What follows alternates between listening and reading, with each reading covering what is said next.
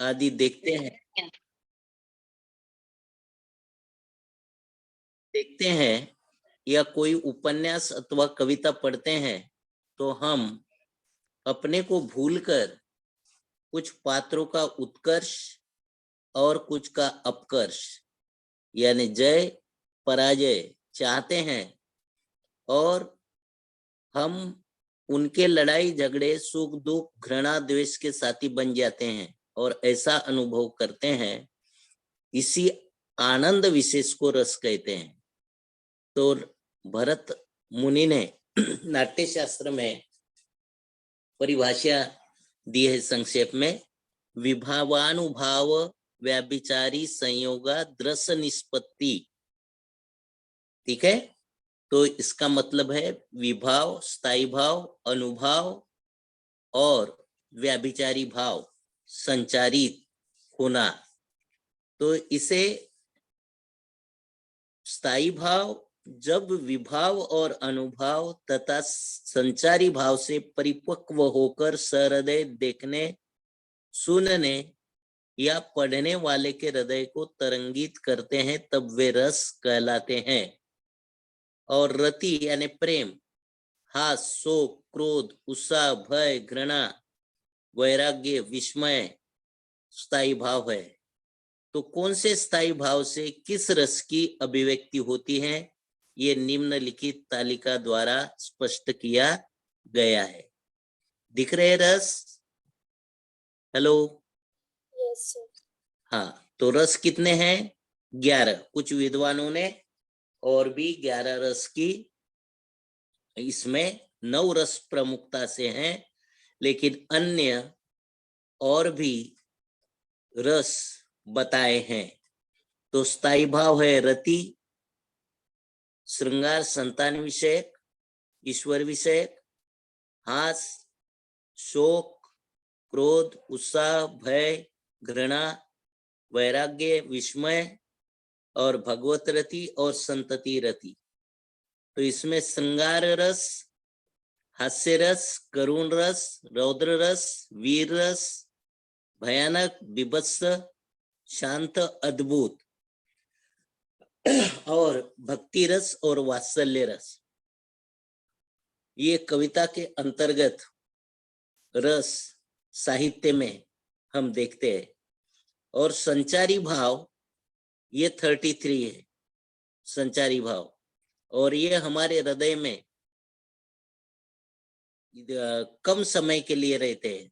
33 है, लेकिन इस समय ज्यादातर रति का यानी प्रेम का भाव 70 से 80% हमारे हृदय में होते हैं। ठीक है, ये स्क्रीनशॉट ले लो तुम।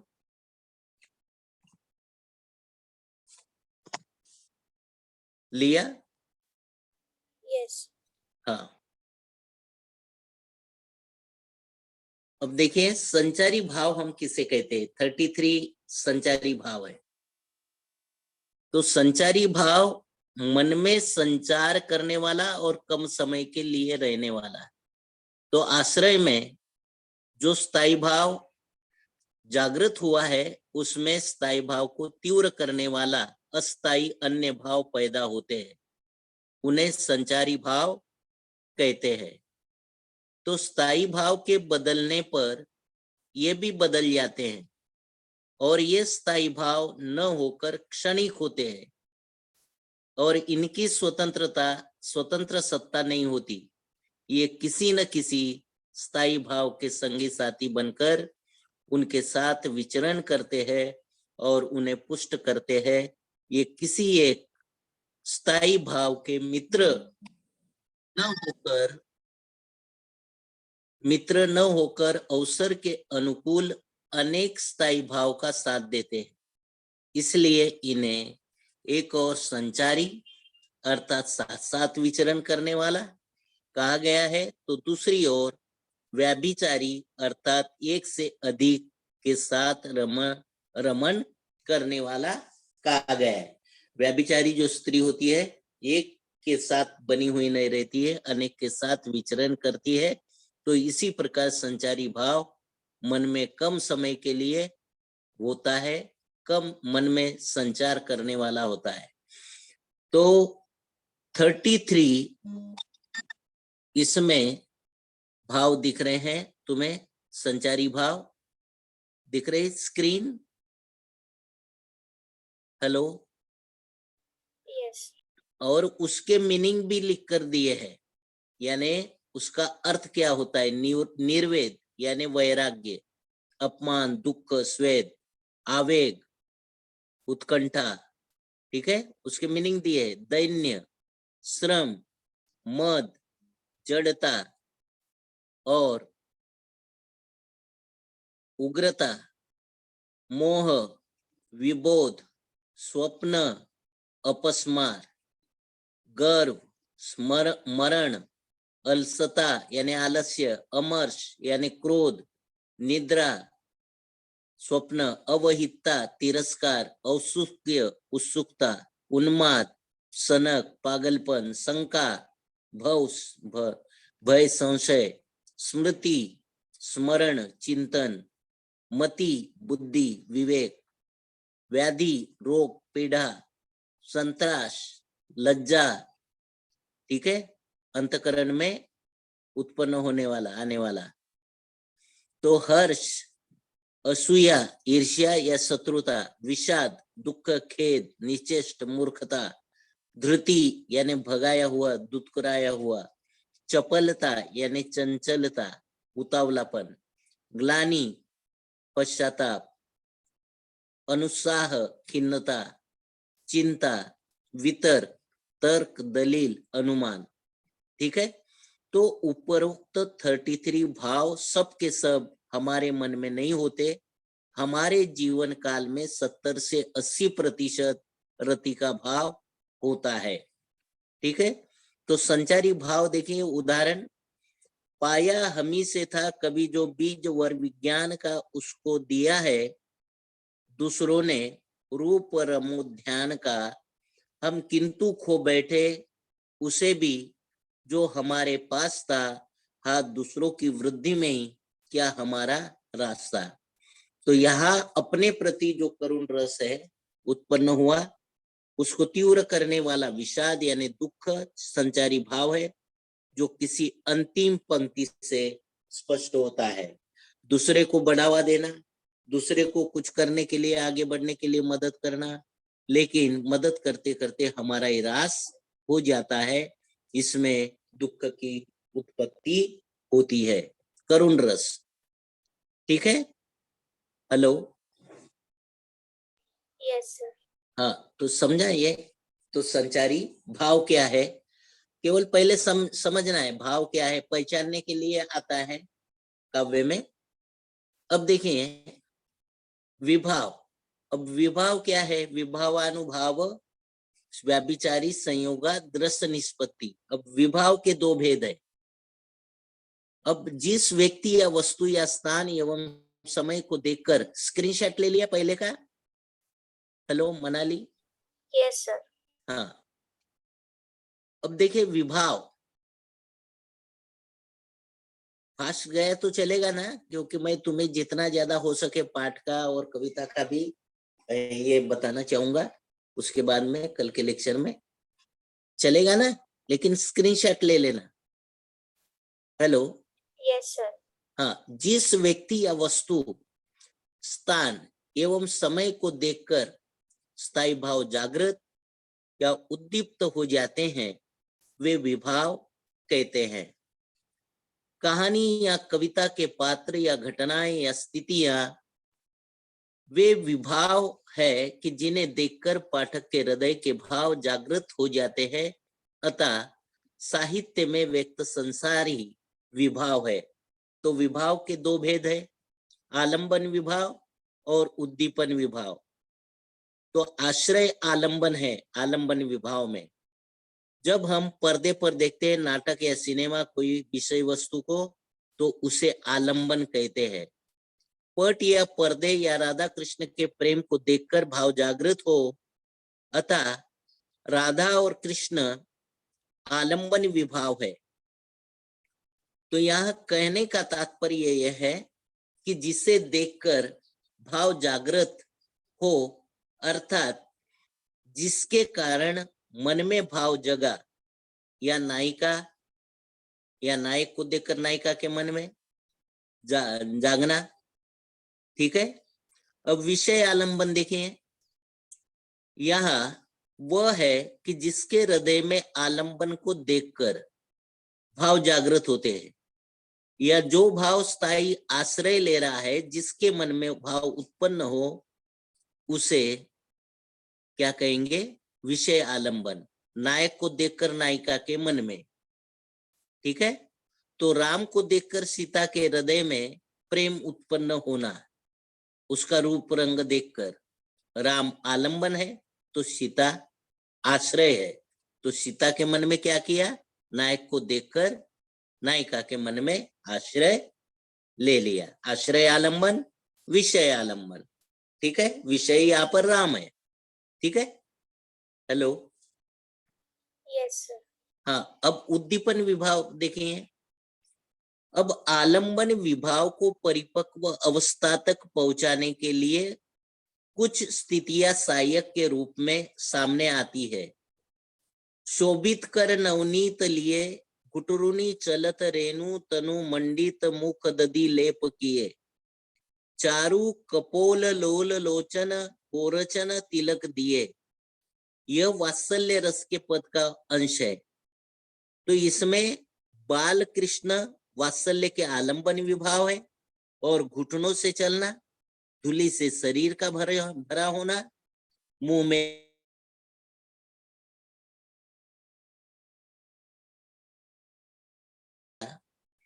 जिस परिस्थिति या कोई वस्तु के कारण मन में भाव उत्पन्न हुआ, उसे उद्दीपन विभाव कहते हैं।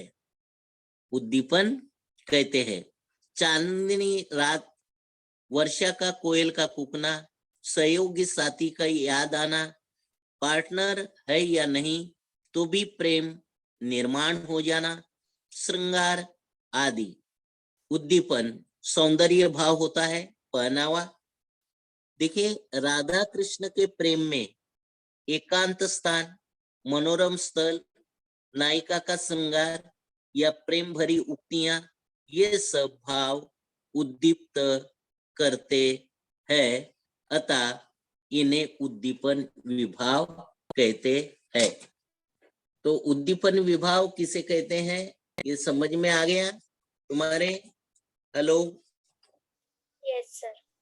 हाँ, अब उदाहरण के तौर पर मैं बताना चाहूंगा तुम्हें कि घर में नया मेहमान आया है, वो कैसा है उसके बारे में तुम अनभिज्ञ हो, तुम्हें पता नहीं वो कैसा है।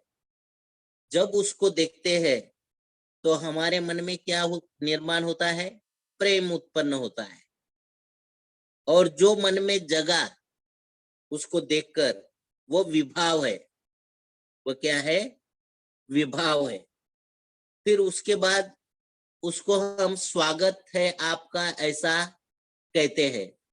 स्वागत है आपका, उसको अंदर लेते हैं। तो हमारे मन में क्या किया? आश्रय की चेष्टा। ये क्या है? अनुभाव है। हमारे मन में आश्रय लिया, उसके प्रति भाव।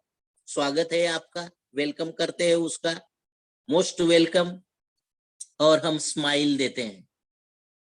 तो आपके मन में क्या हुआ? स्माइल यानी उत्साह जगा। बराबर? हेलो। यस। तो ये उत्साह जगा, तो वह समझ गया कि उत्साह है।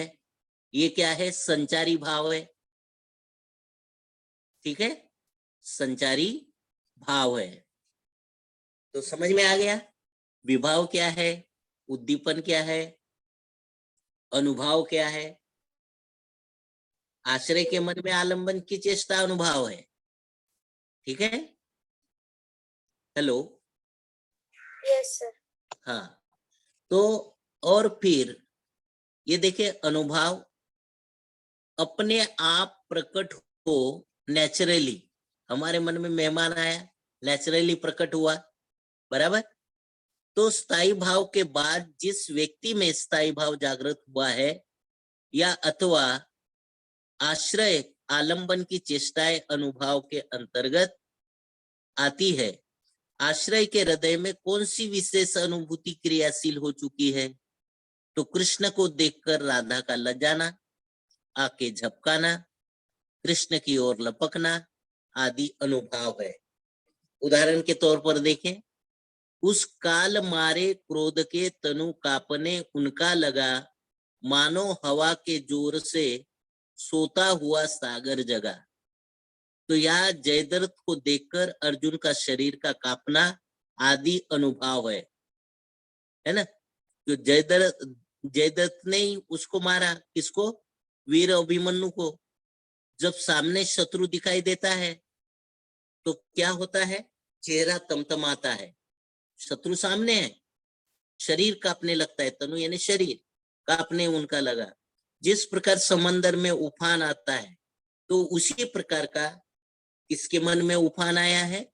यहाँ पर अर्जुन के मन में, अर्जुन के शरीर का, कि अभी शत्रु सामने है, उसको ये करे। ठीक है, तो ये अनुभव है। समझ में आ गया? हेलो? Yes, sir. तो पहले का स्क्रीनशॉट ले लिया, इसके पहले का लिया? Yes. हाँ। अब अनुभव के चार भेद है। अब अनुभव के चार भेद है। यहाँ कायिक, कायिक यानी शरीर के अंगों द्वारा उत्पन्न होना। ठीक है, शरीर के अंगों द्वारा, यानी हाथ उठाना, मुंह हिलाना आदि। ठीक है। वाचिक, वाचिक का मतलब है जो आश्रय द्वारा, जो वाणी के द्वारा उत्पन्न हो, कुछ कहना, गाली देना आदि, अनाप शनाप कुछ कहना, ये क्या है? बोलना, वाचिक। ठीक है। आहार्य, आहार्य का मतलब है जो वेशभूषा के द्वारा उत्पन्न हो, फूल सूंघना, पहनावा ठीक करना, है ना, आदि। तो ये ऐसे आहार्य। और सात्विक, सात्विक का मतलब है मानसिक सत्व के योग से उत्पन्न चेष्टाएं, यानी जिन पर हमारा खुद का वश नहीं है।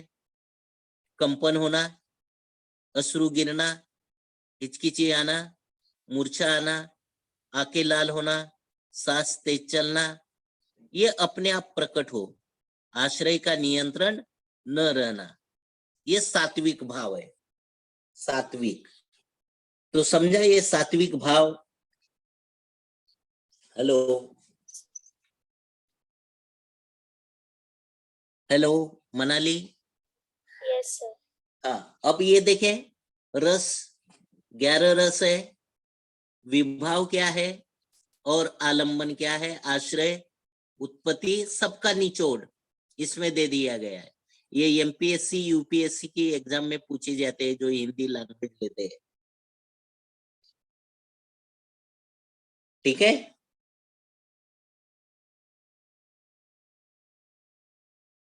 यानी सबका निचोड़, अब तक जितना भी हमने पढ़ाया उसका सबका निचोड़ है इसमें।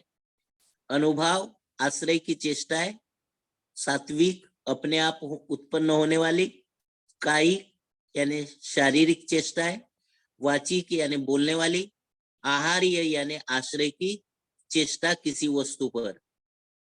अब संचारी भाव देखें, 33 वे भाव जो रुक नहीं सकते, लेकिन किसी सज्जन के हृदय में वह होते हैं।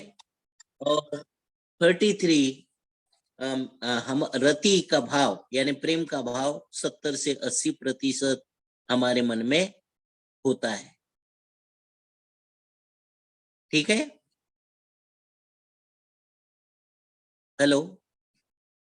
Yes, sir. हाँ, उद्दीपन बाह्य वातावरण, विषय की चेष्टा, और बाह्य वातावरण मन के भीतर स्थायी भाव को तीव्र करने वाला साधन को उद्दीपन कहते हैं। सबका निचोड़ है, इसका स्क्रीनशॉट ले लो।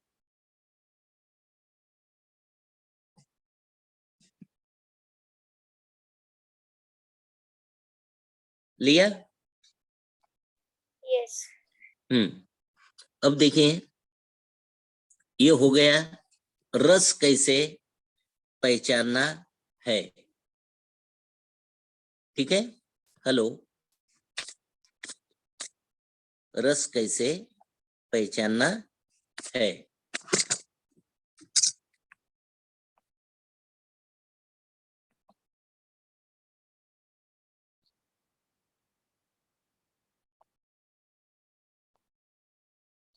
अब दिखाई दे रही स्क्रीन? Yes. हाँ, अब ये तुम्हारे पाठ्य पुस्तक में है। व्याकरण, रस, श्रृंगार, रौद्र, अद्भुत, विभत्स, शांत और भक्ति।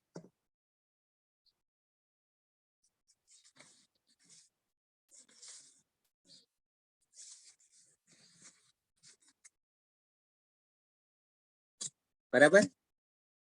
तो व्याकरण के अंतर्गत, और ये तुम्हारे पाठ्य पुस्तक में है, वही पेपर में आने वाले, कविता में से नहीं आएगा। ठीक है, हेलो, Yes. हाँ। अब देखिए, ये कौन सा रस है? स्क्रीन दिख रही?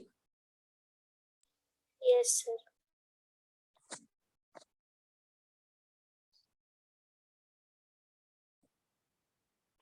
तुम्हारे पाठ्य पुस्तक में 11 और 22 पेज नंबर पर है।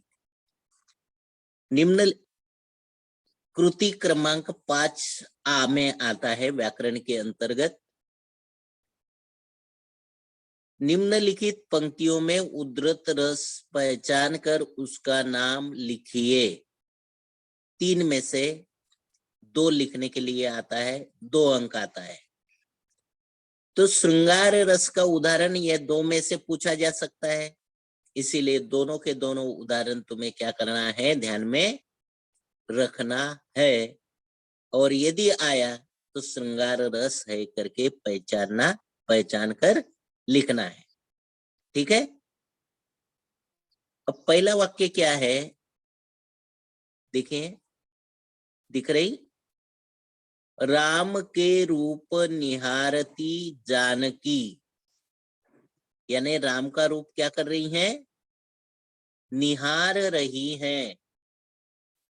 कंकन के नग की परछाई, यानी कंकन यानी कंगन जो है, उस कंगन के नग में क्या हो रही है?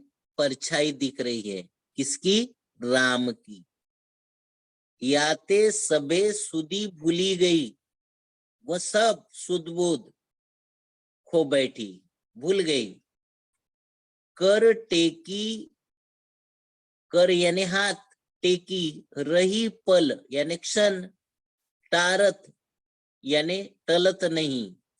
ठीक है, दृष्टि उसके ऊपर बनाई हुई है। अब देखिए, इसमें क्या किया, जहां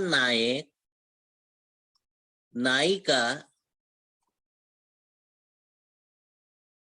जहां नायक अथवा स्त्री पुरुष का प्रेम पूर्ण चेष्टाओं का श्रृंगारिक वर्णन हो, वह श्रृंगार रस की व्यंजना होती है। अब देखिए, स्थायी भाव क्या है? रति है। विभाव क्या है? नायक है। और नायिका के मन में क्या है? स्त्री पुरुष है। तो नायिका के मन में राम के प्रति क्या निर्माण होता है?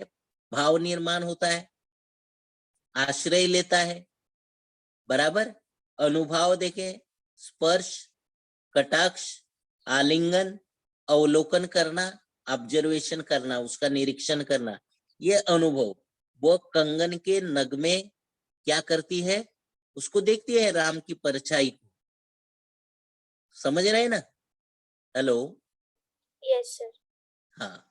तो ये अनुभव है, उसके मन में आश्रय लिया, अनुभव आ रहा है।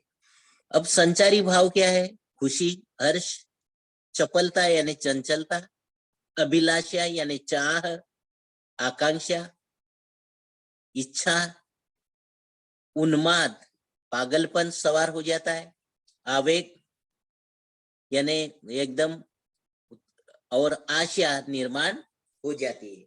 ये संचारी भाव है। ये लिखना नहीं है, केवल पहचान कर लिखना है। लेकिन पाठ्य पुस्तक के उदाहरण आए तो उसे पहचान कर लिखने के लिए ये दे दिया गया है। तो पहले उदाहरण में राम और जानकी का श्रृंगारिक वर्णन है। सीता नगदार कंगन में राम का प्रतिबिंब बड़े ध्यान से देर तक देख रही है और एक पल के लिए भी उनकी नजर उस नग से दूर नहीं जाती है, और इसीलिए ये श्रृंगारिक रस का उदाहरण है। ठीक है, हेलो। Yes. अब दूसरा देखें। अब ये श्रृंगार रस का ही उदाहरण है। कहत नटत रिझत खिजत मिलत खिलत लजियात, भरे भवन में करत है नैननु की सौबात। अब इसमें देखें क्या है। अब यहां पर कहना क्या कहता है, नायक नायिका को कहता है। क्या कहते हैं कि चलो बाहर, इशारों में ही बाहर ही है। तो पहले क्या होती हैं, जो नायिका है थोड़ी नटती है, नखरे करती हैं। रिजत यानी रिझना, उसके ऊपर प्रसन्न होना। खिजत यानी फिर खिंचती हैं। और फिर मिलत यानी मिलना, आंखें। फिर खिलत, फिर आंखें वो क्या हो जाती है, खिल जाती हैं। नैनों का खेल है। और फिर लज्जा जाती है, वो लज्जाती है, शर्माती है नायक के कहने के मुताबिक। और फिर वो खिजने के शर्माने के पश्चात और पलके उठाए तो चेहरे का और सौंदर्य खिल जाता है। तो ये भरे भवन में, भवन यानी भवन में करत है नैननु यानी नेत्र से ही आंखों में सौ बात करते हैं। यानी दोनों पक्ष की ओर से अभिभावक, जो माता पिता बैठे हैं भरे भवन में, नायक नायिका भी है, एक दूसरे को देखते हैं, इशारे करते हैं, लेकिन किसी के समझ में नहीं आता है ये क्या कर रहे हैं। ठीक है, और वो एक दूसरे पर प्रसन्न हो जाते हैं। चटमंगनी पड़ गया। ठीक है, समझ रहे ना। यानी Yes. हाँ, तो नायक और नायिका या देखने का कार्य होगा एक दूसरे को। तो भरे भवन में दोनों पक्ष के लोग बैठे हुए हैं, लेकिन उनका क्या चलता है, वो पानी लेकर आएगी, पानी का ग्लास लेकर आएगी, फिर नाश्ता लेकर आएगी, फिर चाय लेकर आएगी, फिर उसके बाद में सूप सुपारी लेकर आएगी, फिर बैठेगी। वह देखेंगे एक दूसरे को बार बार, वह सज धज कर आएगी, उसके सामने प्रस्तुत होगी। और फिर वो क्या, उसके इसमें क्या देखता है, उद्दीपन भाव क्या होता है, किस पार्ट पर वो फिदा होता है, क्या प्रसन्न होता है, वो उसका किस एंगल से देखता है वस्तु को या लड़की को। तो वह एक दूसरे को देखने का काम चल रहा है, और देखते ही देखते एक दूसरे का प्यार हो जाता है। ये श्रृंगार रस की अभिव्यक्ति है। तो देखते हैं उदाहरण। अब देखिए दूसरे उदाहरण में नायक और नायिका का श्रृंगारिक वर्णन है। भरे भवन में नायक का अपने नयनों से नायिका से मिलने को कहना। चले, ठीक है, नायिका का मना करना, नायक का मोहित होना उसके ऊपर, और नायक का खींच जाना नायिका का। ठीक है, और दोनों का आंखों से मिलना, दोनों की आंखें, 2 और 2 4, ठीक है, इनके दो और उनके दो, दो और दो चार, दो दो के चार आके होना, प्यार हो जाना, तो दोनों के चेहरे खिल जाते हैं, खिल जाना और नायिका का शर्माना, ये सारी बातें दोनों आंखों ही आंखों से करते हैं। ठीक है, लेकिन किसी के समझ में नहीं आता। ये कवि बिहारी का क्या है, दोहा है।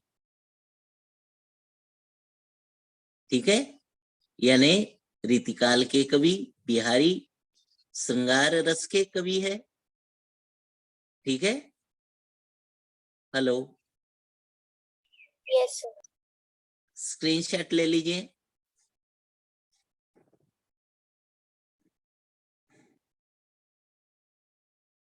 तो समझ गए श्रृंगार रस कैसे पहचानना है, पहचान कर लिखना है।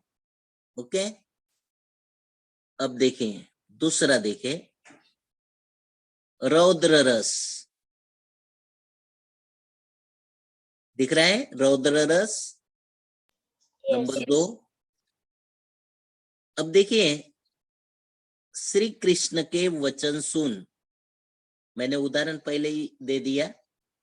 श्री कृष्ण के वचन सुन अर्जुन क्रोध से जलने लगे, सब शोक अपना भूल कर करतल युगल मलने लगे।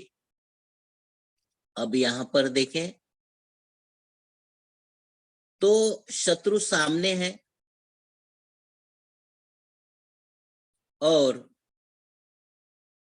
शत्रु सामने है, तो जहां पर किसी के असह्य वचन है, अपमानजनक व्यवहार है, तो हृदय में क्रोध का भाव उत्पन्न होना क्या है, स्वाभाविक है। तो वहां रौद्र रस उत्पन्न होता है। रौद्र रस उत्पन्न होना स्थायी भाव है क्रोध, विभाव है शत्रु तथा विरोधी पक्ष के व्यक्ति सामने है, द्रोही है आदि। अनुभाव है शत्रु द्वारा अपमान, अनिष्ट कार्य, कठोर वचन का प्रयोग। संचारी भाव है आवेग, उग्रता, चंचलता, मद और मोह। तो पहले उदाहरण में अर्जुन के क्रोध का वर्णन है और दूसरे इसमें कैकेयी के क्रोध का वर्णन है। ठीक है, शत्रु सामने है। अब देखिए कहा कैकेयी ने सक्रोध यानी क्रोध सहित कहा, शत्रु है उसको दूर हट, निर्बोध यानी पास में आना नहीं, द्विजीवे यानी रस में विष मत घोल यानी जहर मत घोल। तो इस प्रकार यहाँ पर रौद्र रस का उदाहरण है। ठीक है, हेलो, Yes, sir. स्क्रीनशॉट ले लीजिए इसका,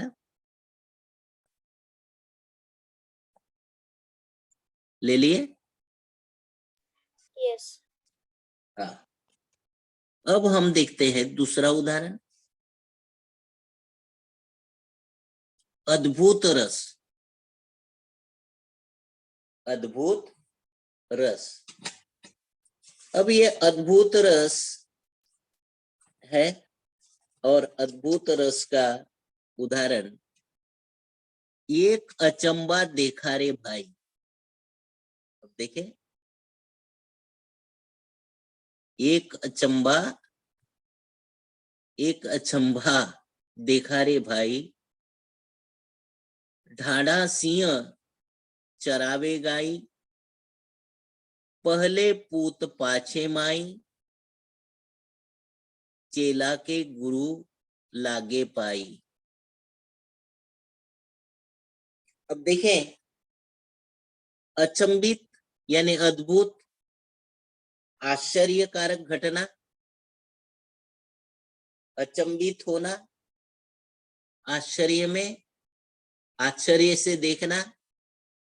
ठीक है, अब देखो किसको देखा है उसने, जो जाड़ा जुड़ा आदमी है, ढेर कोटिया, जिसका पेट ऊपर है और जाड़ा है, चेहरा भी गोल मटोल है, बड़ा है, और ये गाय चरा रहा है। क्या चरवाता है? गाय। गाय यानी गाय। पहले पूत पाचे माई, यानी यहाँ पहले पूत पाचे माई, चेला के गुरु लागे पाई। माई अपने पूत के पैर नहीं छूती, पाचे। चेला के गुरु लागे पाई, यानी गुरु चेला के पैर नहीं छूता। छूता है क्या? Hello Singh Manali, hello Yes, hello, sir. Yes, sir. कभी पैर नहीं छूता।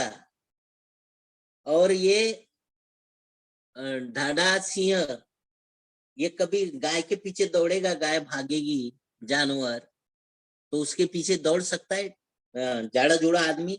कभी नहीं। ये कभी गाय को चराएगा नहीं। तो देखिए यहाँ पर अद्भुत रस की और गुरु चेले के पैर कभी छूती हुई घटना देखी नहीं। तो ये आश्चर्यकारक क्या है?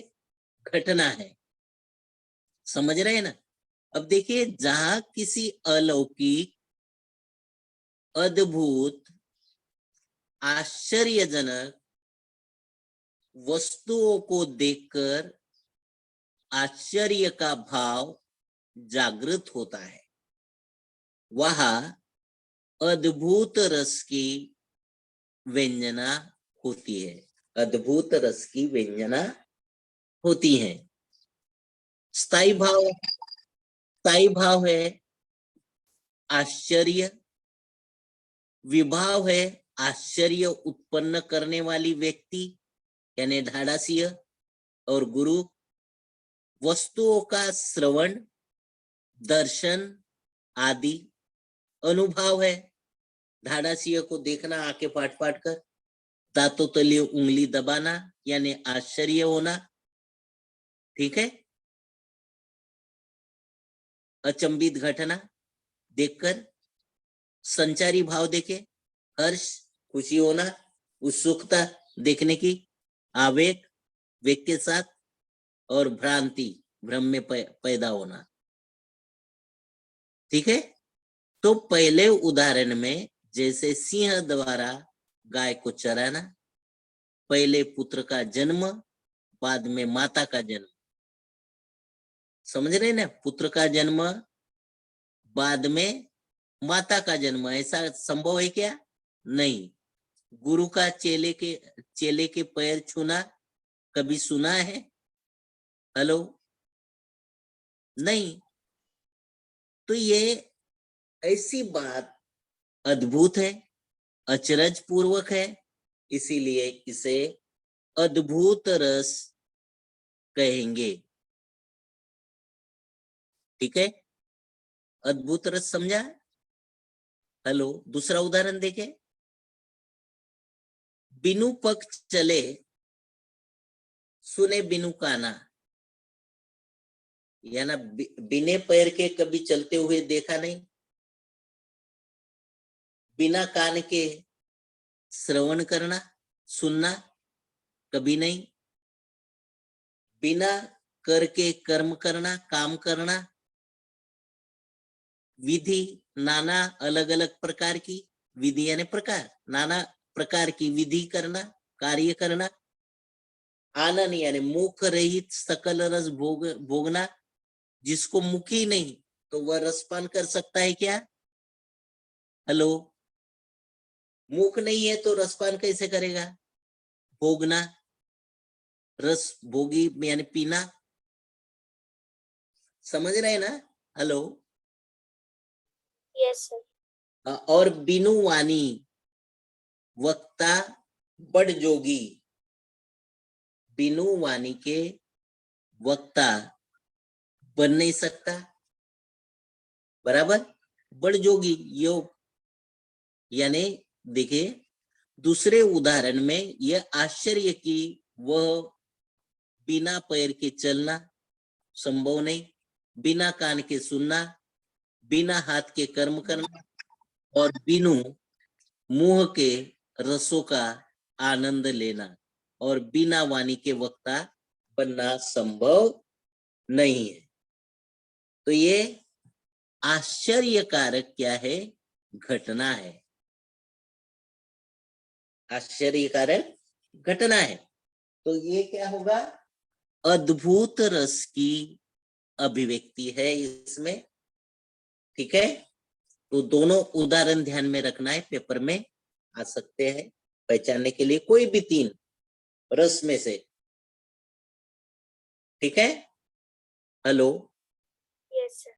हाँ, स्क्रीनशॉट ले लो।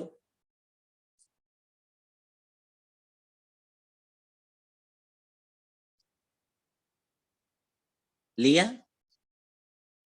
Yes. हाँ, तो ठीक है, आगे बढ़ते हैं।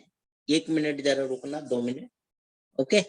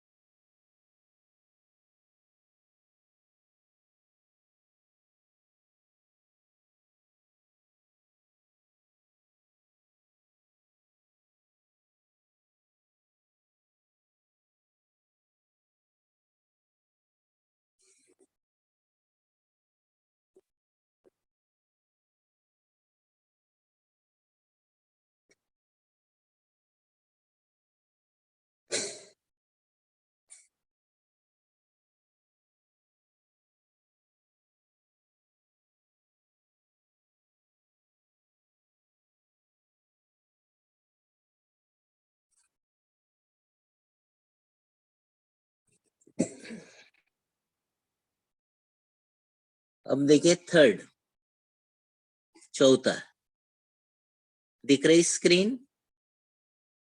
Yes. हाँ, ये है बीभत्स रस।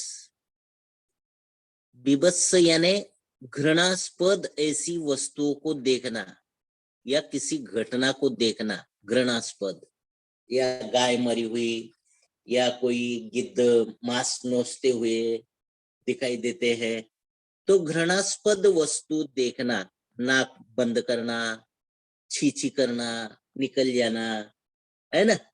तो ऐसा घिनौना कार्य। देखें, उदाहरण देखें, सिर पर बैठो काग, काग यानी कौवा, सिर पर बैठकर कौवा बैठा है। आखी दोऊ खात यानी आँख को खाना। खींच ही जीभ ही सियार अति ही आनंद उर धारत। अब देखिए, शियार या गिद्ध पक्षी या कई ऐसे, तो वह क्या करते हैं?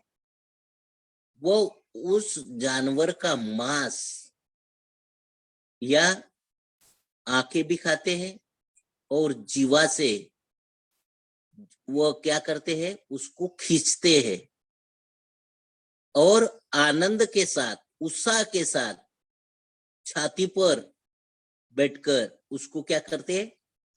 धारत यानी उसको खींचकर खाते हैं। गिद्ध जांग के मांस यानी जंगा भी, गिद्ध जो है जांग के मांस खोदी खोदी खात उचारत है, खींचते हैं। तो जानवरों का मांस वहां पर जब दृश्य देखते हैं तो वह अच्छा नहीं, घृणास्पद है, दुर्गंध युक्त है। तो देखिए, जहां किसी अप्रिय घृणास्पद वस्तुओं के प्रसंगों का वर्णन हो, वहां बीभत्स रस उत्पन्न होता है। समझ रहे? स्थायी भाव है घृणा, विभाव है रक्त, अस्थि, दुर्गंधमय मांस, मांस का सड़ना, उसमें कीड़े होना, दुर्गंध आना और पशुओं द्वारा नोचना। अनुभव देखे, नाक टेढ़ा करना, हम वहां से जा रहे हैं, यहाँ स्मशान भूमि है, मुर्दे गिरे हुए हैं, मांस खा रहे हैं, जानवर पड़े हुए हैं, युद्ध के बाद का दृश्य। तो ऐसे नाक का टेढ़ा करना, मुंह फेरना, थूकना, आंखें बंद करना, कर लेना आदि क्या है? अनुभव है। और संचारी भाव क्या है? ग्लानि है यानी पश्चाताप, शंका है यानी संदेह, चिंता है, आवेग है और व्याधि है, रोग आदि। इस प्रकार का क्या है? स्थायी भाव है घृणा, बीभत्स रस, रस है बीभत्स। ओके, तो समझ में आ गया? हेलो? Yes. यानी पहले उदाहरण में घृणा उत्पन्न करने वाला वर्णन, जैसे मरे हुए व्यक्ति के शरीर के अवयवों को काग, शियार, गिद्ध नोच नोच कर खा रहे हैं, घृणास्पद वस्तु है, वहां से देखते हैं और जाते हैं, तो निश्चित तौर पर हमारे मन में क्या हो आ जाएगा? घृणा पैदा होगी, पश्चाताप होगा, छी छी, नाक बंद करेंगे और निकल जाएंगे। ये अनुभव है। बराबर? अब देखे बीभत्स रस का दूसरा उदाहरण, सुडुक सुडुक घाव से पिल्लू मवाद निकाल रहा है। मवाद यानी पू, पू है होता है ना, या कोई घाव हुआ, पैर में जख्म हुई, या पैर शरीर के किसी हिस्से में फोड़ आ गया, तो क्या है? अपन उसको जख्म को फोड़ते नहीं, कुछ करते नहीं, लेकिन वो पक जाता है। वो पकता है तो दर्द करने लगता है, और जब दर्द करता है तो अपन उसको फोड़ देते हैं, उसका पू निकालते हुए।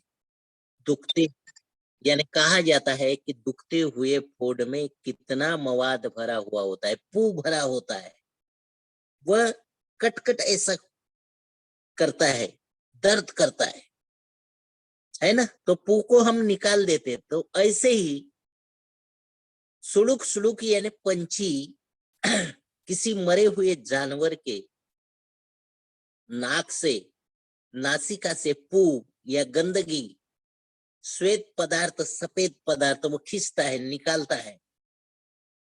तो ये घृणास्पद वस्तु है। बराबर? ये घृणा के योग्य है, हम वहां से जाते हैं तो हमें अच्छा नहीं लगता है। तो यहाँ दूसरे उदाहरण में भी घृणा उत्पन्न करने वाला दृश्य है। शरीर के घाव या जख्म से रक्त या पस, पू बह रहा है, अथवा नाक से श्वेत पदार्थ निकाल रहा है। तो ये है कौन सा रस? बीभत्स रस।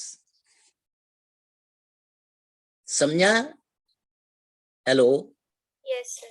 हाँ, तो ये परफेक्ट, ये कौन से इसमें आता है? श्रृंगार रस के ये दो उदाहरण है तुम्हारे पाठ्य पुस्तक में। यही उदाहरण पेपर में ध्यान में रखना है। समझा नहीं? यानी दो के दो, तीनों लिख दे, तीन में से दो सही होगा, ये गलत होगा तो गलत के इसमें जाएगा। ओके, अब हम अगला रस देखते हैं, शांत रस, शांति। सांसारिक जीवन से मन उचट जाता है मोह माया से, तो हम कई विरक्ति का भाव निर्माण होता है, वैराग्य का भाव निर्माण होता है। कई ऐसे निसर्ग के सानिध्य में जाए और अपने मन को क्या करे, वहां पर शांत भाव से जिए, निर्वेद की। ऐसा कोई हमारी घटना घटती है तो वह सबको छोड़कर चला जाए, तो हमारे मन में निर्वेद, ये संचारी भाव निर्माण होता है। निर्वेद, निर्वेद का शब्द आया इसमें, हेलो, संचारी भाव के अंतर्गत दिखाई दे रहा है। Yes. हाँ, तो निर्वेद का मतलब है, लिख लीजिए, ऐसी कोई वस्तु, ऐसी कोई हमारी घटना, ऐसी कोई हमारी घटना घटती है तो वह सबको छोड़कर चला जाए, सबको छोड़कर चला जाए, तो हमारे साथ निर्वेद होता है, हमारे साथ निर्वेद होता है। निर्वेद का मतलब है वैराग्य, सम, अपमान, दुख, खेद या वेद रहित भावना। ठीक है।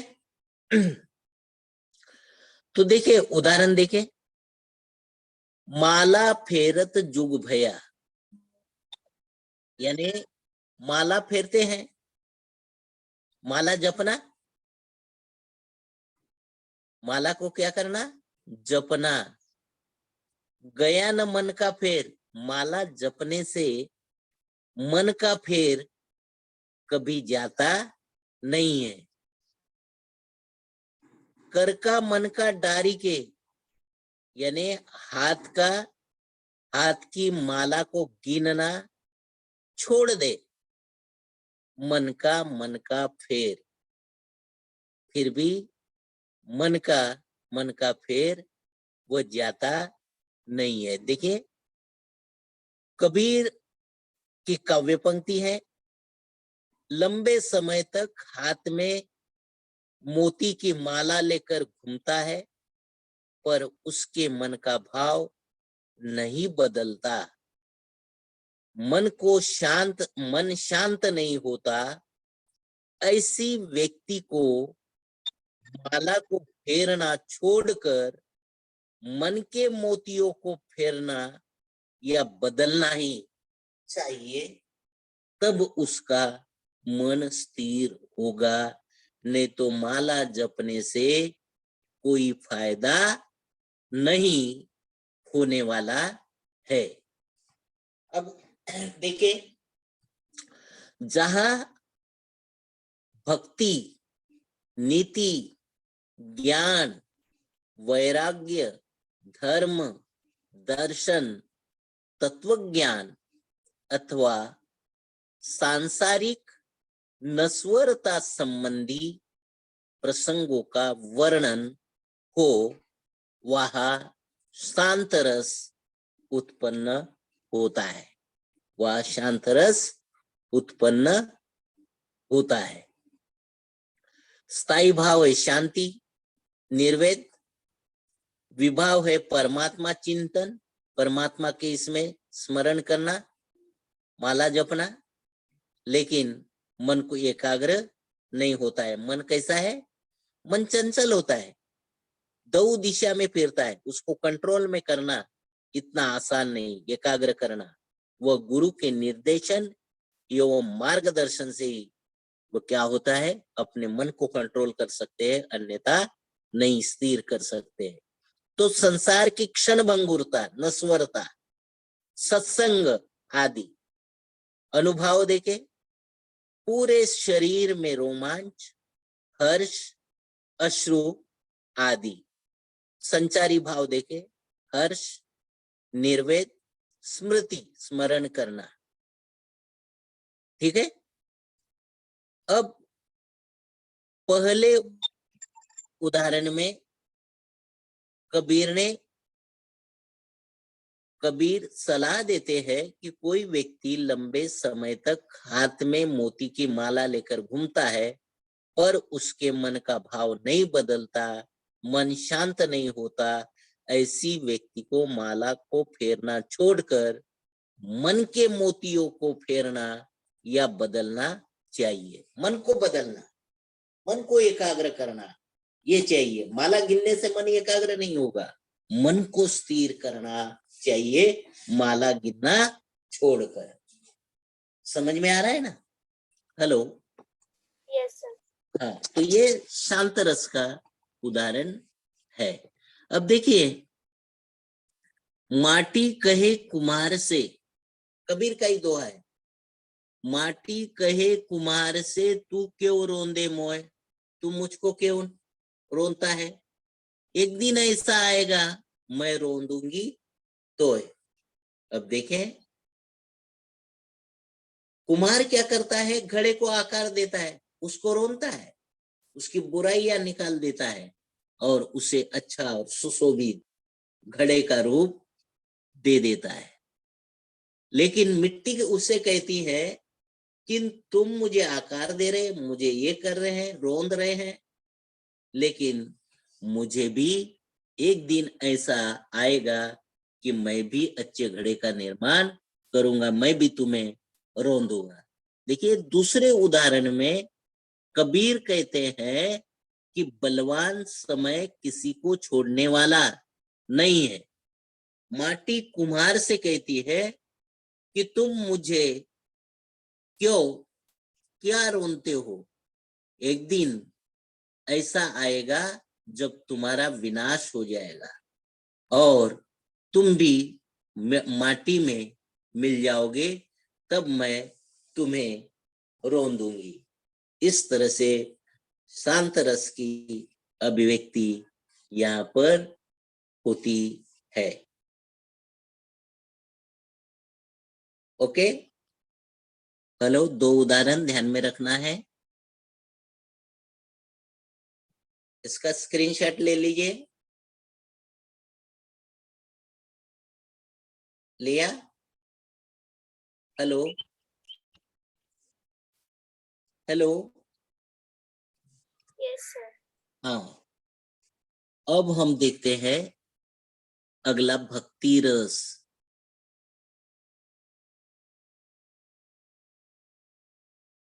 भक्ति रस यानी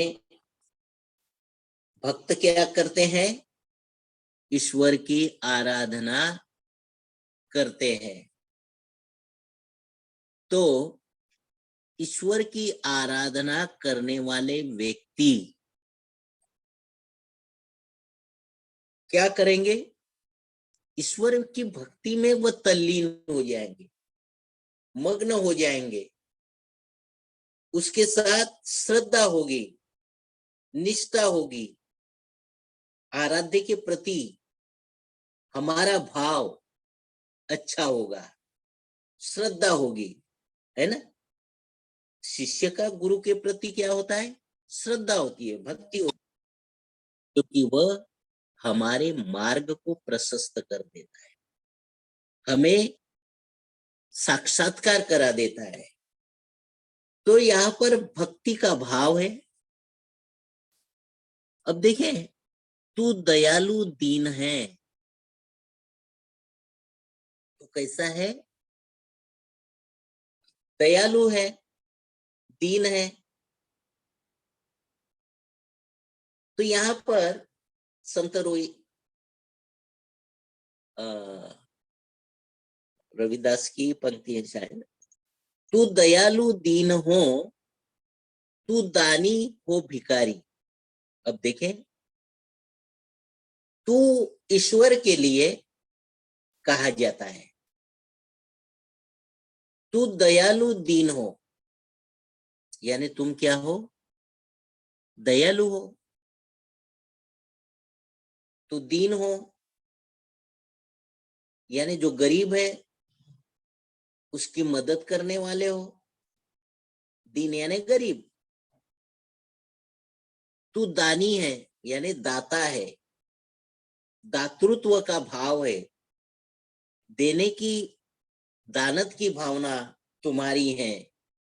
और मैं क्या हूं, भिखारी हूं, मैं भिखारी हूं, भीख मांगने वाला हूं, और तुम मुझे देने वाले हो प्रसिद्ध पातकी, यानी मैं क्या हूं? पापी हूं।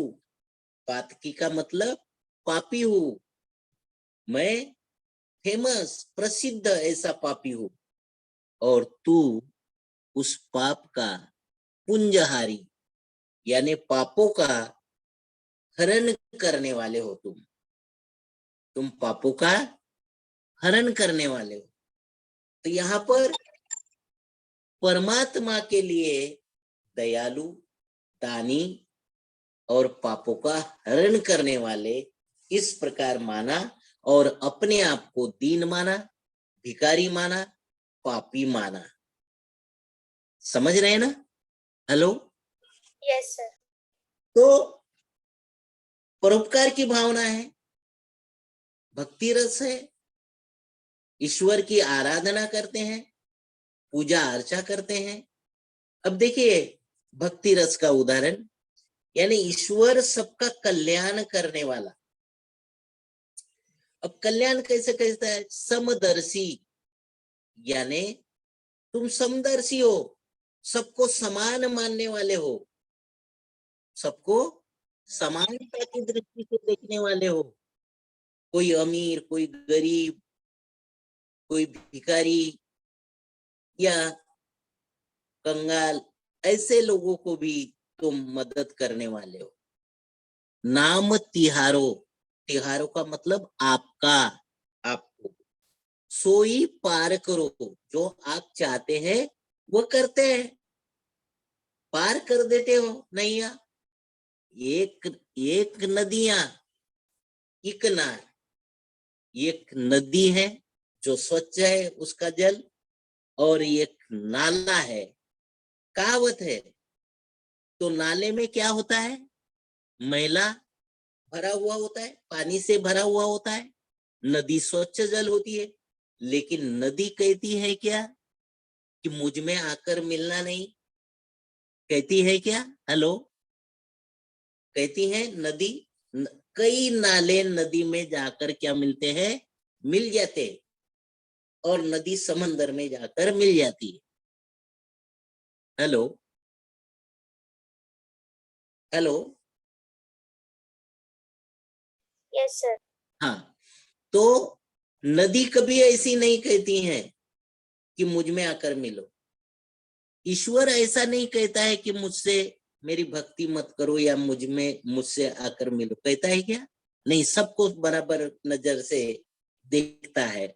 तो एक लोहा देखें, एक लोहा पूजा में रखत है, यानी पूजा की थाल में, और एक घर बधिक परो, यानी एक कसाई के घर में। बधिक यानी कसाई, जो भेड़ बकरियों को क्या करता है? काटता है, भेड़ बकरियों को काटता है, उसके घर में है। सो दुविधा पारस नहीं जानत, सो दुविधा पारस नहीं जानत, कंचन करत खरो। यानी अब देखिए, एक लोहा पूजा की थाल में है, एक कसाई के घर में है भेड़ बकरियों को खाने के लिए, लेकिन उसमें अंतर या फर्क कौन नहीं करता? परमात्मा नहीं करता। सो दुविधा यानी दूजा भाव, पारस नहीं जानत, पारस यानी ऐसा पत्थर है, ऐसा नहीं जानता। कंचन करत खरो, यानी पारस इसको, लोहे को भी स्वर्ण में परिवर्तित कर देता है। कंचन यानी सोना, सोने में परिवर्तित कर देता है। पारस का स्पर्श होने से पत्थर भी स्वर्ण में, लोहा भी स्वर्ण में परिवर्तित हो जाता है। ऐसे परमात्मा पारस के समान अंतर या भेद किसी लोहे में, किसी इसमें नहीं करते। ऐसे आप हो, ईश्वर हो, ऐसी भक्त अपने आराध्य को, ईश्वर को वह कहते हैं। समझ में आ गया? भक्ति रस का उदाहरण है। तुम्हें पता होगा कि मीरा का नाम सुना होगा, मीरा के प्रभु गिरधर नागर, है ना? जिया लागी लगन मीरा हो गई मगन, वो तो गली गली हरि गुण गाने लगी, चली संतों के संग, है ना? हरि गीत गुनगुनाने लगी। तो क्या है? ईश्वर के प्रति उसकी श्रद्धा, भक्ति, भक्ति रस का उदाहरण है। समझ रहे हैं ना? हेलो? Yes, sir. हाँ, तो यहाँ पर देखें, अब हम आते हैं, पंक्तियां देखते हैं।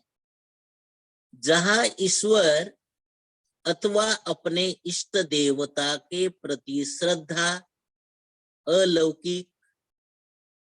अलौकिकता यानी लौकिक जगत से अलौकिक जगत में मन पहुंच जाना, परम परमात्मा की प्राप्ति हो जाना, इस जगत से उस जगत में मन की एकाग्रता है भक्ति रस में। तो गुरुबानी कविता पढ़ी होगी, है ना? गुरुबानी कविता पढ़ी क्या? Yes. हाँ, तो अलौकिकता, स्नेह, विनयशीलता का भाव हृदय में उत्पन्न होता है, वह भक्ति रस की व्यंजना होती है।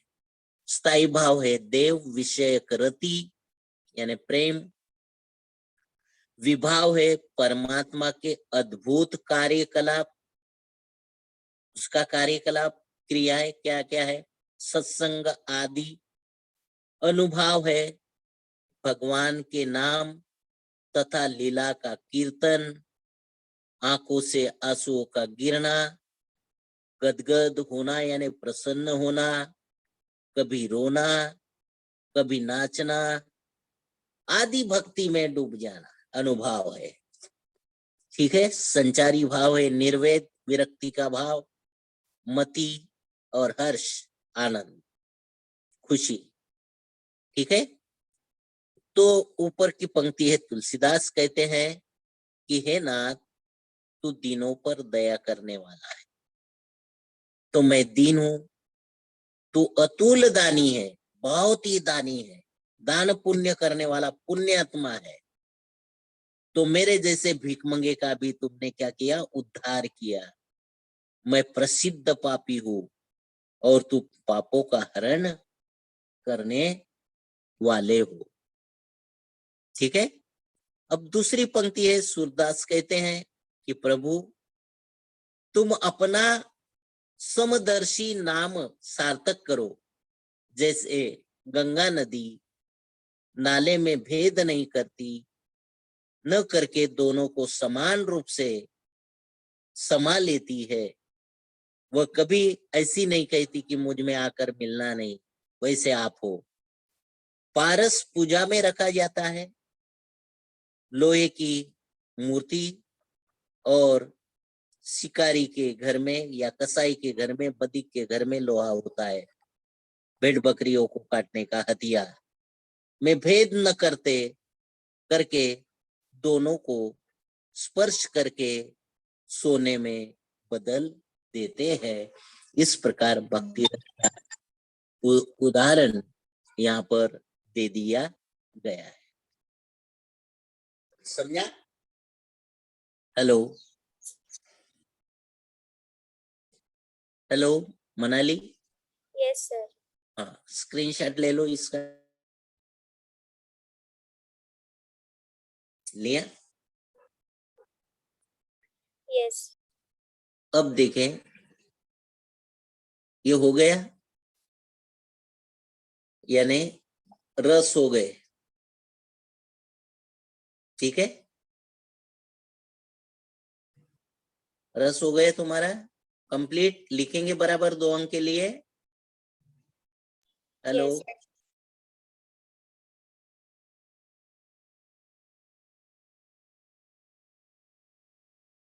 अभी कितना बाकी है? आधा घंटा। अब हम कल अलंकार पढ़ाएंगे। कल अलंकार पढ़ाएंगे। अब देखिए साहित्य संबंधी सामान्य ज्ञान। साहित्य संबंधी सामान्य ज्ञान 2 अंक के लिए आता है पेपर में। गद्य में 2 अंक और पद्य में 2 अंक, बराबर। Hello, Yes. Yes, sir. तो ये 2 अंक कैसे मिले? पाठ के लास्ट में जो साहित्य संबंधी सामान्य ज्ञान है, 4 ही पाठ है। कौन से? हेलो, 4 पाठ कौन से है?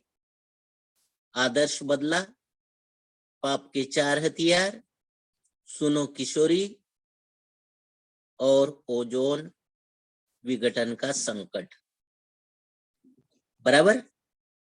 तो पृष्ठ क्रमांक 22 पर तुम्हें दे दिया है साहित्य संबंधी सामान्य ज्ञान। तो ये इसमें से 2 आएंगे, लिखेंगे बराबर 2 अंक के लिए। 4 पूछे जाएंगे, चारों के चारों 2 लिखने हैं। 1 मिनट, हाँ जरूर।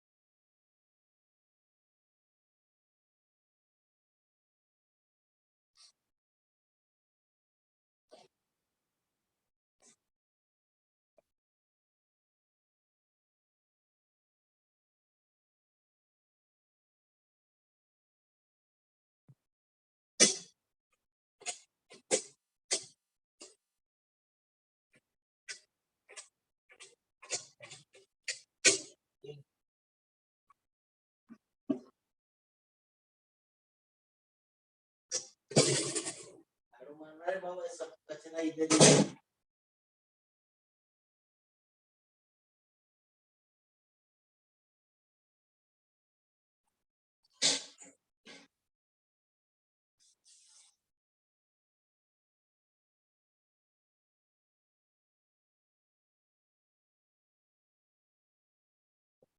हेलो,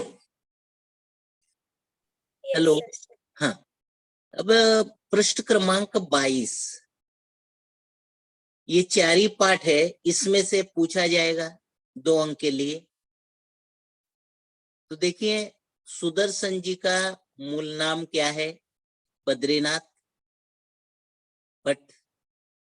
और सुदर्शन ने इस लेखक की लेखन परंपरा को आगे बढ़ाया। किसने? मुंशी प्रेमचंद। ओके। पाप के 4 हथियार कन्हैयालाल मिश्र प्रभाकर रचयिता। कन्हैयालाल मिश्र प्रभाकर जी की निबंध संग्रह के नाम लिखिए। तो क्या क्या निबंध संग्रह है? जिंदगी मुस्कुराई, बाजे पायलिया के घुंघरू, जिंदगी लहलाई, म के आंगन च के द्वार आदि निबंध पाठ करके रखना है। ओके। Hello, Yes, sir. हाँ। लेखक कन्हैयालाल मिश्र प्रभाकर की भाषा शैली, भाषा शैली उनकी कैसी है? सहज, सरल और मुहावरेदार, चित्रात्मक वाक्य और छोटे छोटे। ठीक है। इस प्रकार पाप के 4 हथियार। सुनो किशोरी पृष्ठ क्रमांक 46। सुनो किशोरी, सुनो किशोरी पाठ पढ़ा? Hello, Manali Singh. Yes, sir. तो सुनो किशोरी में क्या है? माँ अपने बेटी को क्या करती है? पत्र शैली में लिखा है, संस्कार संपन्न बनाती है। बराबर। संस्कार संपन्न बनाती है, उसे अपने पैरों पर खड़ी करना चाहती है, और माँ बेटी का संवाद है। तो घर में माँ बेटी का संवाद होना बहुत जरूरी है। जिस घर में संवाद नहीं होता, प्रेम नहीं मिलता लड़की लड़कों को, तो अन्य इसमें खोजने लगते हैं यार और दोस्तों में। तो 13 से 19 साल की उम्र की बात की है कि ये बच्चे इस उम्र को संभाल ले, अपने आप को, करियर को बनाए। सबसे पहले ये ध्यान होना चाहिए। किसी ऐसे बाहरी आकर्षण में, पाश्चिमात्य संस्कृति के आकर्षण में, चमक दमक में, बहकावे में नहीं आना चाहिए। तो धरती से जुड़े हुए होना चाहिए, अपने संस्कार से जुड़े हुए होना चाहिए। वो उस पाठ में बताती है सलाह मशवरा, और रचना को समझाने की बात करती है कि रचना उसका घर की स्थिति कैसी है, उसका जायजा ले। जिस लड़के के इसमें वो फंसी है, वो उसके लड़के को भी समझाए और इसे भी समझाए, ताकि किसी इसमें न ध्यान दे। जब तक तुम अपने पैरों पर खड़े न हो जाए, तब शादी और ब्याह के बंधन में न फंसे। ये गलत निर्णय है, गलत फैसला है। तो करियर काउंसलिंग की जरूरत है। लेखिका कहती है कि अपने क्या है, बड़ों का सहारा ले, उनसे सलाह मशवरा ले, भाई भाभी से बात करे, बड़े भाई से बात करे, अपनी सहेलियों से बात करे, घर के बुजुर्गों के साथ ये करे, अपने टीचर के पास अपनी बात को बताए, शर्माए नहीं। तो ये गलत फैसला लेने से तुम्हें रोक देंगे। और ध्यान रहे कि ये तुम्हारा गुस्सा न करे, वो कट जाए, जहां जाना चाहिए वो आज चली जाएगी। इसलिए संभल कर बात करना, या आशा रानी वोरा जी उसमें कहती है। ठीक है, तो ध्यान में रखें उस पाठ को। समझ में आ गया संक्षेप में? हेलो। Yes, sir. तो विभिन्न क्षेत्रों में अग्रणी रही महिलाओं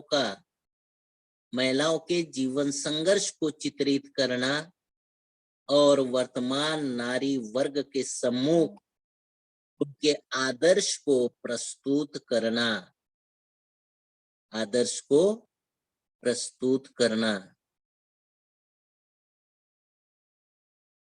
एक मिनट, हाँ, दिख रहा है स्क्रीन? Yes sir. हाँ, तो आदर्श प्रस्तुत करना आशा रानी वोरा जी की रचना है, इसको ध्यान में रखना है। भारत की का हो गया है, भारत की प्रथम महिलाएं की करना, उसमें स्वतंत्रता सेनानी लेखिकाएं, क्रांतिकारी किशोरी, स्वाधीनता सेनानी, लेखक और पत्रकार।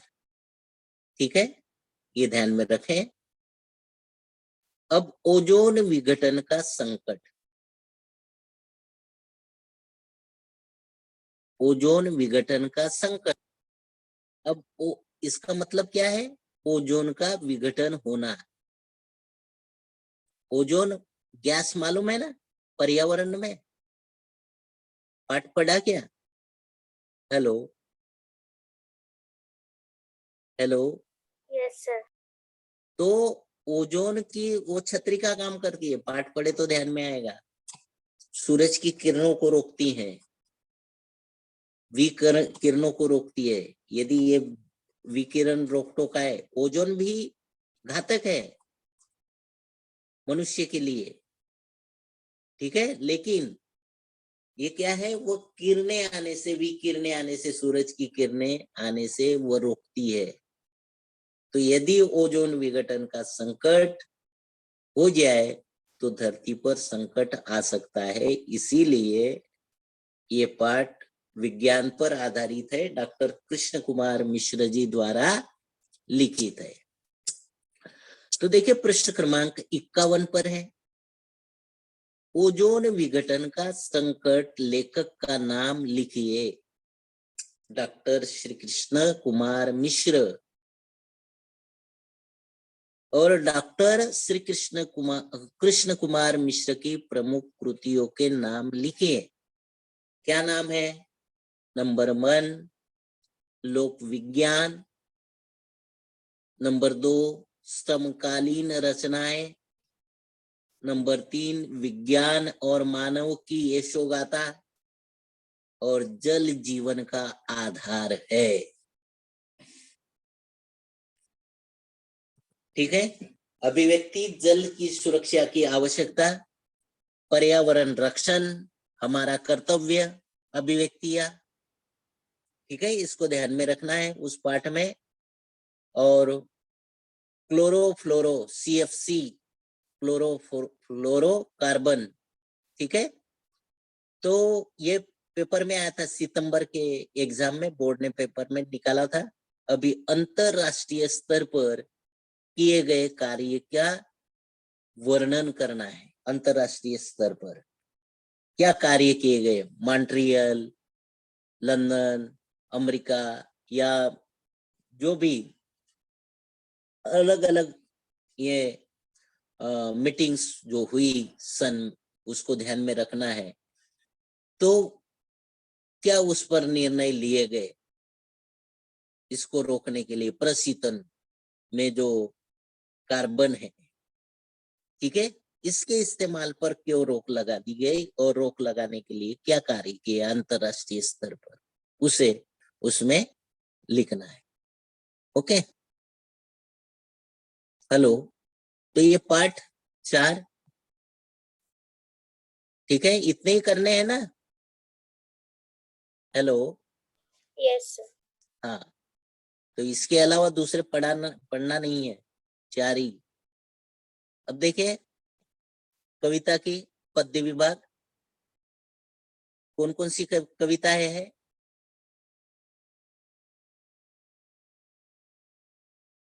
नवनिर्माण साहित्य संबंधी सामान्य ज्ञान, पृष्ठ क्रमांक 4।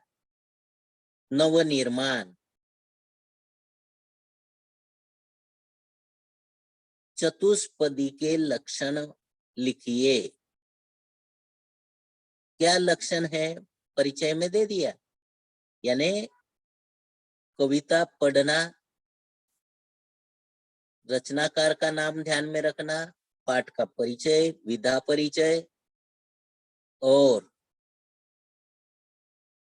लेखक परिचय, केंद्रीय कल्पना कविता की क्या है, उसे ध्यान में रखना है। ठीक है, चतुष्पदी के लक्षण लिखिए। अब चतुष्पदी चौपाई की भांति 4 चरणों वाला छंद होता है। इसके प्रथम, द्वितीय तथा चतुर्थ चरण में पंक्तियों के तूक मिले होते हैं। अंतिम चरण में जो तूक होता है वो मिलता है, किसमें? द्वितीय और चतुर्थ चरण में एक जैसे। तीसरे चरण का तूक नहीं मिलता, और प्रत्येक चतुष्पदी भाव और विचार की दृष्टि से अपने आप में पूर्ण होती है, और कोई चतुष्पदी किसी दूसरे से संबंधित नहीं होती। ये चतुष्पदी के लक्षण है। Okay, hello. Yes, sir. अब त्रिलोचन जी की 2 काव्य संग्रहों का नाम लिखिए, ऐसा कहा गया है। तो त्रिलोचन जी के 2 काव्य संग्रहों का नाम, धरती, दिगंत, गुलाब और बुलबुल। चौथा है उस जनपद का कवि हूं। 5 सबका अपना आकाश। तो ये याद रखे, उसमें से 2-3 लिख दे। ठीक है, 1 अंक। तो इस तरह से पृष्ठ क्रमांक 4 2 अंक के लिए। अब देखें पृष्ठ क्रमांक 26, गुरु नानक कविता। गुरु नानक जी की रचनाओं के नाम लिखिए। गुरु ग्रंथ साहिब एक ग्रंथावली है, ठीक है। अब गुरु नानक जी की भाषा शैली की विशेषता परिचय में है, विदा में। गुरु नानक जी सहज सरल भाषा में अपनी बात कहने में माहिर है और आपकी काव्य भाषा में फारसी, मुल्तानी, पंजाबी, सिंधी, खड़ी बोली और अरबी भाषा के शब्द समाये हुए हैं। अपने आपने पद शैली में रचना की, पद काव्य रचना की गेय शैली है, ऐसा उसका वर्णन लिखना है भाषा शैली का, ठीक है। हेलो। Yes, sir. अब देखिए वृंद जी की रचनाएं इस प्रकार है। वृंद सत्सई समेत शिकर छंद, भाव पंचसिका, पवन पचीसी, 5 हितोपदेश और 6 यमक सत्सई और 7 वचनिका तथा सत्य स्वरूप आदि, ठीक है। औरंगजेब के दरबार के कवि, मुशासन के वृंद जी प्रमुख रचनाएं, ठीक है। अब देखें नंबर 2, दोहा छंद की विशेषता। दोहा छंद की विशेषता। अब देखिए दोहा अर्धसम मात्रिक छंद है। इसके 4 चरण होते हैं। वृंद जी की कोई भी रचनाएं 2-3 याद रखना, ठीक है, ज्यादा इतने याद रखने की कोई जरूरत नहीं, ओके। रचना वो लिखिए, 1-2 लिख देने का। 2 छंद की विशेषता। दोहा अर्धसम मात्रिक छंद है। इसके 4 चरण होते हैं और दोहे के प्रथम और तृतीय विषम चरण में 13-13 मात्राएं होती हैं तथा द्वितीय और चतुर्थ सम चरणों में 11-11 मात्राएं होती है और दोहे के प्रत्येक चरण के अंत में लघु वर्ण आता है, ठीक है। ये हो गए वृंद जी की रचनाओं के संदर्भ में। स्क्रीनशॉट ले लीजिए।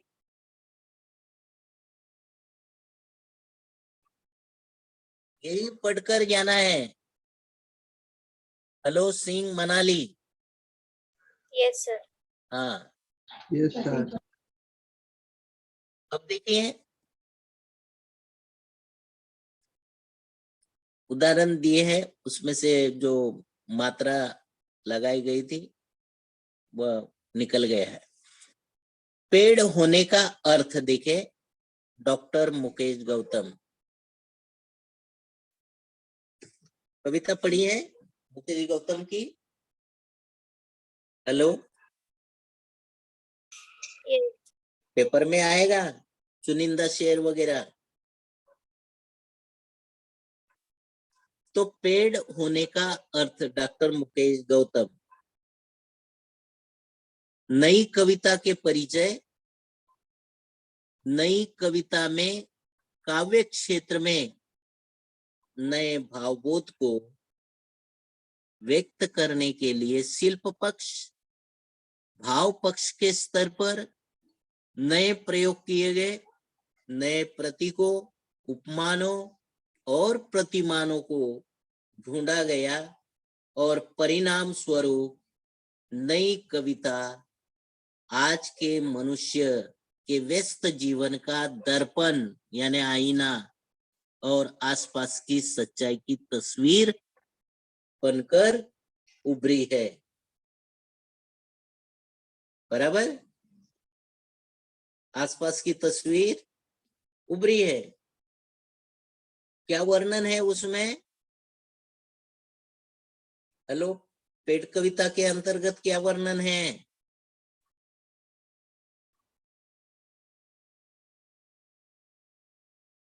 हेलो, पेट किसी के पैर छूता है क्या? नहीं। पेट कभी झुकना पसंद करता है क्या? नहीं। तो पेट के माध्यम से हमें क्या प्रेरणा मिलती है? हमें भी अपने जीवन में झुकना नहीं है। राजा हो या महाराजा हो, किसी के पांव वो पड़ता नहीं है और अपने हौसलों को बनाए रखता है। बराबर, आंधी हो या तूफान, कोई भी हो, किसी के सामने वह हार नहीं मानता है। घोंसला है उसके पेट पर, वो टेढ़ा हो जाता है, लेकिन फिर भी वह हिम्मत नहीं हारता। घोंसला है, घोंसले में पंछी हैं, उसकी जान बचाता है, उसको गिरने नहीं देता है। यानी किसी का न किसी का वो क्या करता है? रक्षण करता है। मुसाफिर आते हैं उसके यहाँ पर, तो वह क्या करता है? वह सुस्ताते हैं, ठंडी छाया देता है, फल फूल देता है, सुगंधित वातावरण रहता है, पत्तों से हवा झरती है, फूलों से सुगंध वातावरण को श्वासित कर देता है, और पथिक आराम करते हैं और उसको आगे राह भी बताता है। पहाड़ हो या झील हो, झील के किनारे शेर हो या बाघ हो, उसकी दहाड़ से कभी वह डरता नहीं है।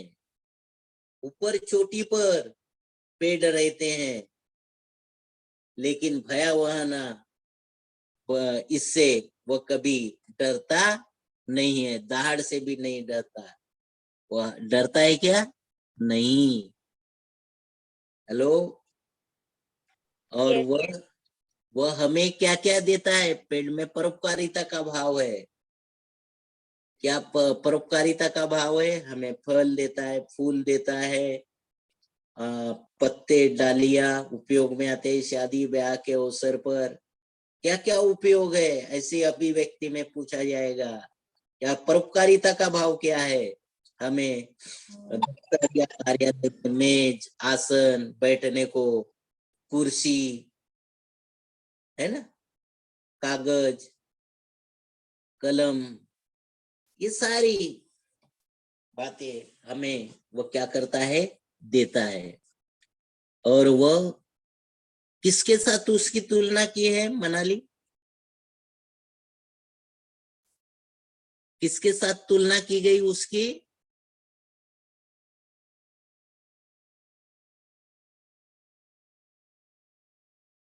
पता है क्या? हेलो, हेलो, यस ददीची है। सर।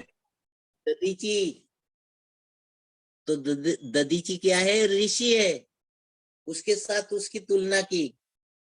ददीची में क्या है? परोपकारिता का भाव है। जो राक्षस है, उसका वध करने के लिए, उसके आतंक और भय चारों ओर फैला हुआ था, तो उसको मारने के लिए क्या किया? अपने शरीर की हड्डी दे दी, उसका अस्त्र बनाया और उसका वध किया। तो औरों के परोपकार के लिए ये, तो हमारा वृक्ष भी हमें क्या करता है? परोपकारिता का भाव सिखाता है। समझा? Hello, Yes, sir. तो वृक्ष का उपयोग वो ध्यान में रखना है। अब देखें, मुकेश गौतम जी की रचनाएं अपनों के बीच, सतह और शिखर, सच्चाइयों के रूबरू, वृक्षों के हक में लगातार कविता, प्रेम समर्थक है पेड़, इसकी क्या जरूरत थी, कविता संग्रह आदि, इतनी रचनाएं, 2-4 रचनाएं उसकी ध्यान में रखे, याद में रखे। ठीक है। हेलो मुकेश गौतम जी, हमारे सरकारी कर्मचारी हैं, पेड़ के नीचे बैठकर पढ़ाई की, चलकर गांव से कई किलोमीटर दूरी पर स्कूल में गए, और उत्तर प्रदेश के रहने वाले हैं, सहारनपुर की कुछ ऐसा गांव है उसका, और दिल्ली से बंबई आए, और बंबई में रेलवे स्टेशन है, वहां पर अच्छी पोस्ट पर वो काम करते हैं, कवि हैं नई कविता के, और कई देशों का भ्रमण किया, और ट्रस्ट भी स्थापन की, और पर्यावरण के महत्व को वे बताते हैं। ठीक है। चुनिंदा शेर 9, चुनिंदा शेर 9वीं कविता है, कैलाश सेंगर। कैलाश सेंगर जी की प्रसिद्ध रचनाओं के नाम लिखिए। कौन कौन से हैं? सूरज तुम्हारा है गजल संग्रह, यहाँ आदमी नहीं जूते भी चलते हैं, सुबह होने का इंतजार, क्या है? कहानी संग्रह है, सुबह होने का इंतजार। अभी रात बाकी है, अनुदित साहित्य है। गजल इस भाषा का लोकप्रिय काव्य प्रकार है। उर्दू, उर्दू पहले फारसी, फारसी से उर्दू में आई, और उर्दू से हिंदी में आई। ठीक है। तो गजल आज क्या है? गजल सुनने के लिए लोग प्रसिद्ध रहते हैं, अनूप जलोटा के। ठीक है। Hello, Yes, sir. स्क्रीनशॉट ले ले।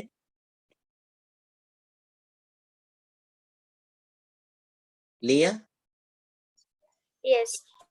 हाँ, तो चुनिंदा शेर में क्या है तुम्हें पता है? किस बातों को उन्होंने उठाया है? शेरों को पढ़ना है अच्छे से। ठीक है। तो दो दो, 4 अंक,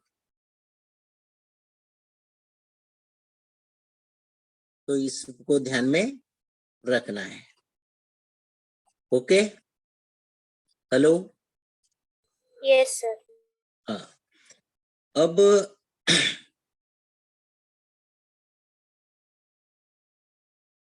अब देखिए, प्रश्न संचय है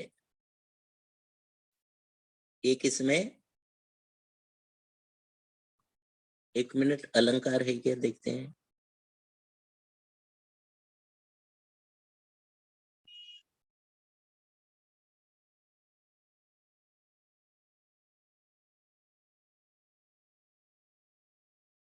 अलंकार देखिए,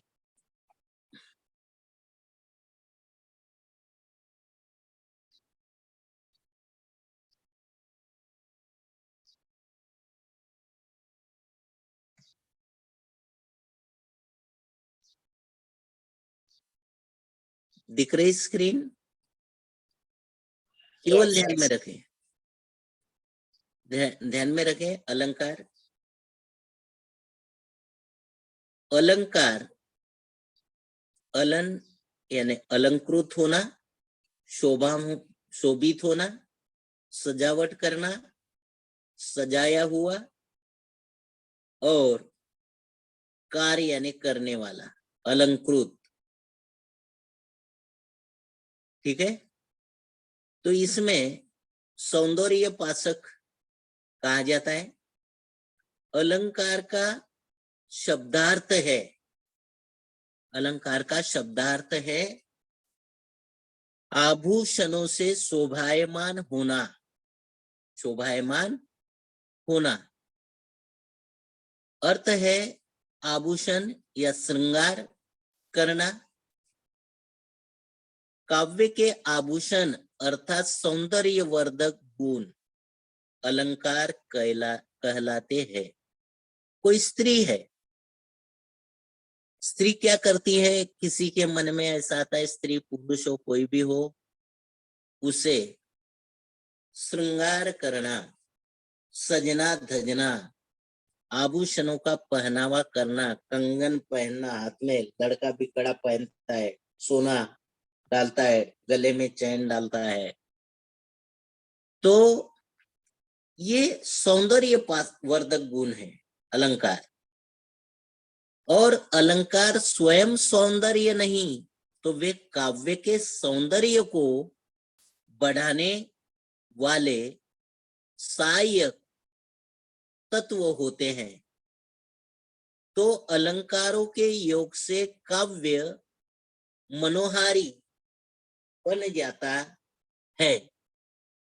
तो अलंकार के दो भेद है, शब्दालंकार और अर्थालंकार। तो केवल हम 12वीं के बोर्ड के एग्जाम में अर्थालंकार ही देखेंगे। अर्थालंकार, शब्दालंकार जो है काव्य में शब्द, काव्य में शब्द और अर्थ दोनों की बराबर सत्ता होती है। अतः कई शब्द प्रयोग के कारण काव्य में सौंदर्य उत्पन्न होता है, तो कई अर्थ के कारण, चमत्कार के कारण होता है। तो जहां शब्द के कारण चमत्कार उत्पन्न होता है वह शब्दालंकार, और जहां इसके विपरीत अर्थ के कारण काव्य में आकर्षण आ जाता है, तो यहाँ अर्थालंकार हो जाता है। तो केवल 11वीं में तुमने शब्दालंकार सीखा है, अर्थालंकार नहीं, बराबर। शब्दालंकार ही तुम्हें हो गया था, बराबर। तो अर्थ के कारण चमत्कार हो तो उसे अर्थालंकार कहेंगे, और शब्द के कारण हो तो उसे शब्दालंकार कहेंगे। ठीक है, तो साहित्य में इसे महत्वपूर्ण माना गया है। तो समझ में आ गया तुम्हारे? Hello, Yes, sir. अलंकार किसे कहते हैं, और अलंकार ये तुम्हें बोर्ड के एग्जाम में 2 अंक के लिए आएगा, उसे ध्यानपूर्वक पढ़ना है। तो रस तुम्हारे समझ में आ गया? शब्द संपदा भी हो गया? Hello, Yes, sir. तो विशेष अध्ययन में कनुप्रिया भी है। ठीक है, शब्द संपदा में एक बार देखो पीडीएफ, ये देखें शब्द संपदा, इसका भी स्क्रीनशॉट ले लो तुम। लिखकर तो दिए हैं, पहला पढ़ा है शब्द संपदा, स्क्रीनशॉट इसका भी ले लो, एक बार इसकी तरफ भी नजर दौड़ाना।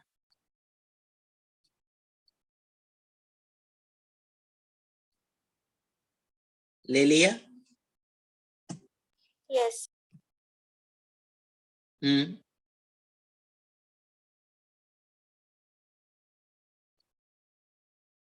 लिए विलोम, विपरीतार्थक, विरुद्धार्थी, Yes. पर्यायवाची, और अनेक शब्दों के लिए एक शब्द,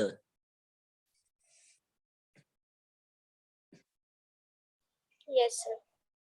भिन्नार्थक शब्द,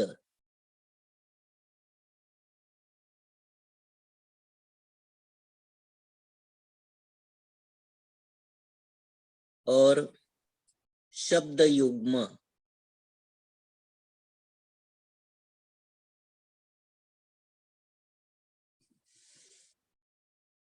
हो गया। Yes. इसका भी ले लो।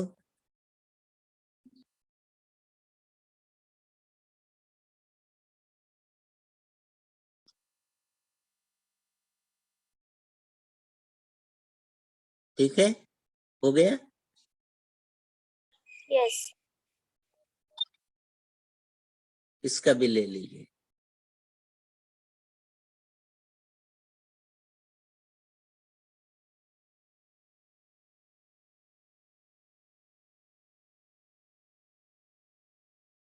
हो गया।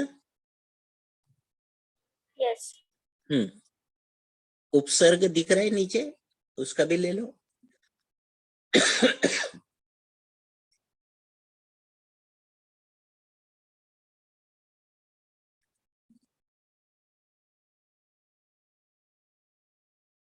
हो गया।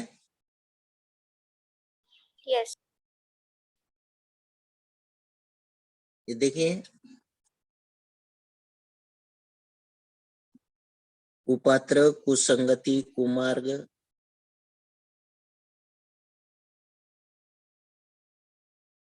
यानी तुम्हारे पाठ्य पुस्तक में है। ठीक है, अपन ने ये कराए हैं। हो गया। Yes. हाँ, प्रत्यय,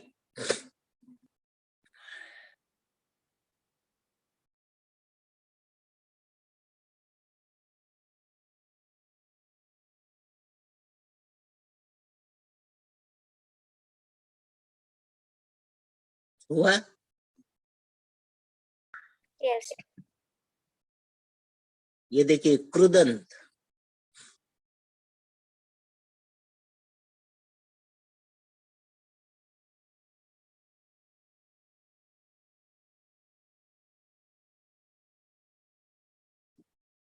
और नीचे दिया है तद्दीत।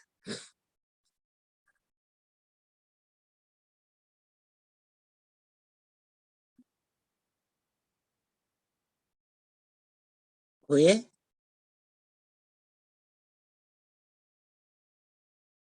अब तत्सम शब्द देखिए, तत्सम, तद्भव और विदेशी शब्द।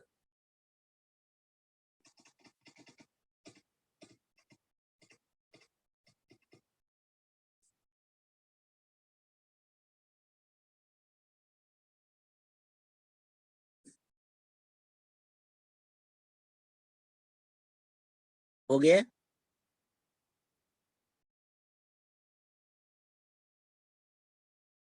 Yes. तो इस प्रकार विदेशी शब्द भी अंग्रेजी, डॉक्टर, राज, इलाज, रेलवे, सिग्नल, इशारा, दीदार, आरमान, शक्ल आदि। तो योगरूढ़, यौगिक, उत्पत्ति के आधार पर, ठीक है, कैसे शब्द निर्माण हुए, विकारी, अविकारी, तो ये पूरा तुम्हें अभी हो गया। तो कल अपन, हेलो, कल क्या करते हैं,